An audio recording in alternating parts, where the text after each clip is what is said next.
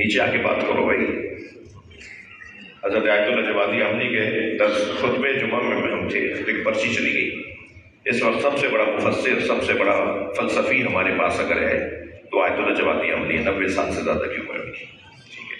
ان کا خطبہ جمعہ میں پرچی چلی گئی، حضور آپ کی باتیں، آپ کے جملے، وہ آیات قرآن میں بات کرتے ہیں، یعنی پورا خطبہ وہ قرآنی آیات پر دیتے ہیں، یعنی وہ بولتے ہی قرآن ہے۔ حضرت فضہ کی اگر عظمت سمجھنی ہے نا تو آج کے دور میں جناب فضہ کے ایک غلام کو جوادی عملی کہتے ہیں۔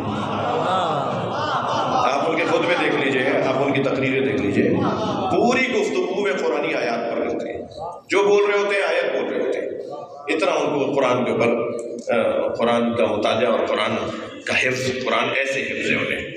90 سے زیادہ جلدیں ہو چکی ہیں ان کی تفسیر کی، اور ابھی سورہ قلم تک پہنچے، میرے حساب سے ابھی 15-20 جلدیں اور آئیں گی، وہ سب 90 کی 90 تفسیریں میرے پاس ہیں۔ میرے مزاج میں بھی طالب علم ہوں، ان کے مطالعے کا کچھ اثر ہے۔ صلوات پڑھنے ذرا محمد والا۔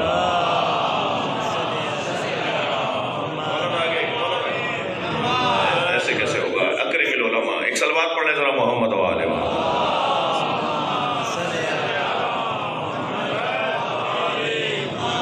سرکار نے فرمایا اکرم العلماء، علماء کا اکرام کرو، یہ اکرام کا ایک انداز ہے۔ ایک اور صلوات پڑھے نبی کی رات میں۔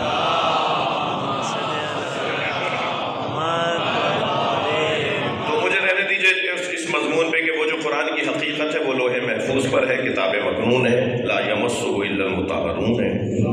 وہ جو قرآن حقیقی قرآن ہے نا، حقیقی قرآن سے مراد لوح محفوظ پر، کتاب مکنون، جس تک سوائے صاحبان طہارت کے کسی کی رسائی نہیں ہے وہ قرآن۔ اور وہ قرآن جب نازل ہوتا ہے تو لفظوں میں ڈھلتا ہے۔